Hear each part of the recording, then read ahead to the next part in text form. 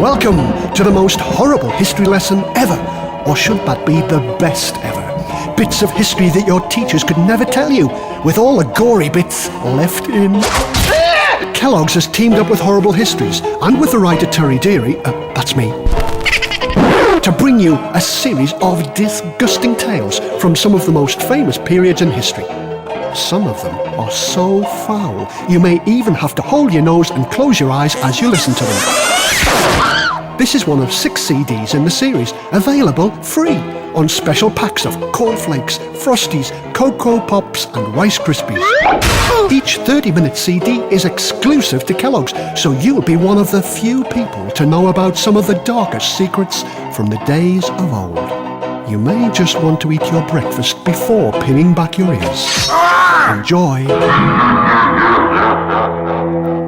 I'm Terry Deary, author of the Horrible Histories books, and when I went to school, history was really horrible. Well, it wasn't so much the history, it was my horrible history teacher. He used to pick on me. I mean, really pick on me.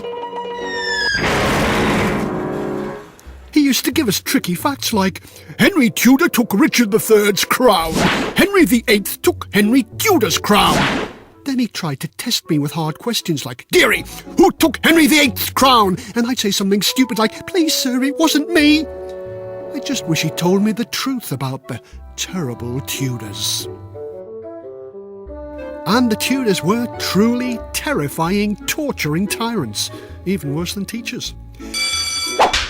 The first Tudor had the blood-stained body of his defeated enemy tied to a horse and shown to the people. The message was clear, you don't tangle with a Tudor. The last Tudor had her boyfriend beheaded on a blood-stained block. You don't mess with Queen Bess. And in between, there were thousands of people hanged, burned, boiled and chopped, just to keep the Tudors on top. This is the story of the fun-loving family and the people who lived and died in those days. It's a sad and savage story. It would bring tears to the eyes of a Tyrannosaurus Rex. It may scare you witless, so be warned. Listen to this with your fingers in your ears. When I think of the Tudors, I think of Henry VIII and chopping people's heads off. He lopped off the heads of 2 of his wives for a start. Nice man. He even had the head of the Countess of Salisbury lopped off, and she was about 70 years old. The Countess decided she wasn't going to go quietly. The axe was given to a boy. He'd never done this before, and he made a bit of a mess.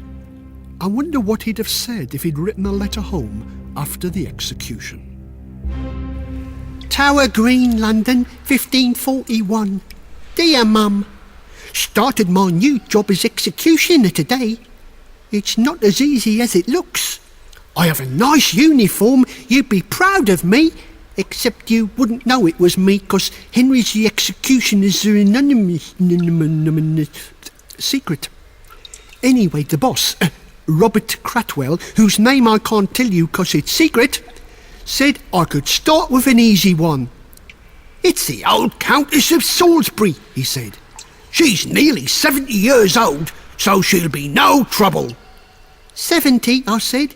If she gets any older, her head'll probably just drop off. I laughed. I didn't know the joke would be on me.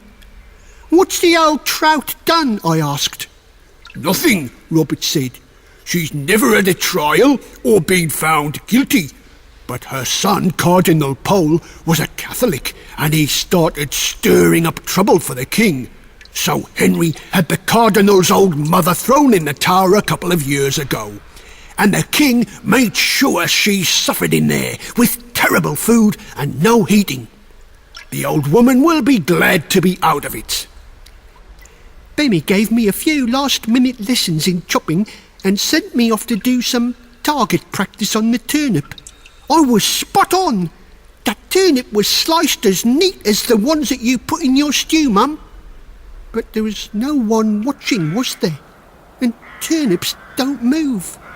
Imagine the shock when I found 150 people gathered round the scaffold. I was shaking with nerves. "Would you mind putting your head on this block?" I asked her, ever so polite, just the way you taught me. Blow me, but the old woman says, "No, a traitor would put their head on the block, but I'm not a traitor, so I won't." Her two guards grabbed her and held her down on her knees, but she was struggling all the time. They couldn't hold her head down because I'd have cut their hands off, and that means she could still move her head around. Then she looks up at me and says, "Catch me if you can." She started bobbing and weaving, and I started chopping.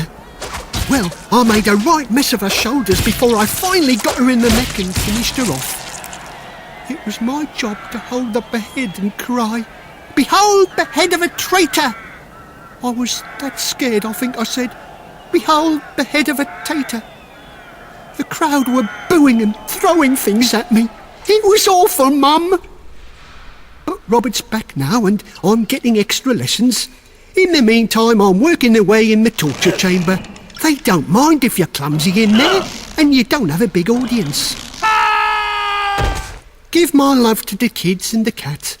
I'll be home next week to help with chopping the firewood. Love, your little Georgie. Kiss, kiss, kiss. See, you didn't tangle with a Tudor. The other thing you didn't do was fall sick. Here are a top 10 of terrible Tudor cures you would not want to try. See if you can guess what they're for.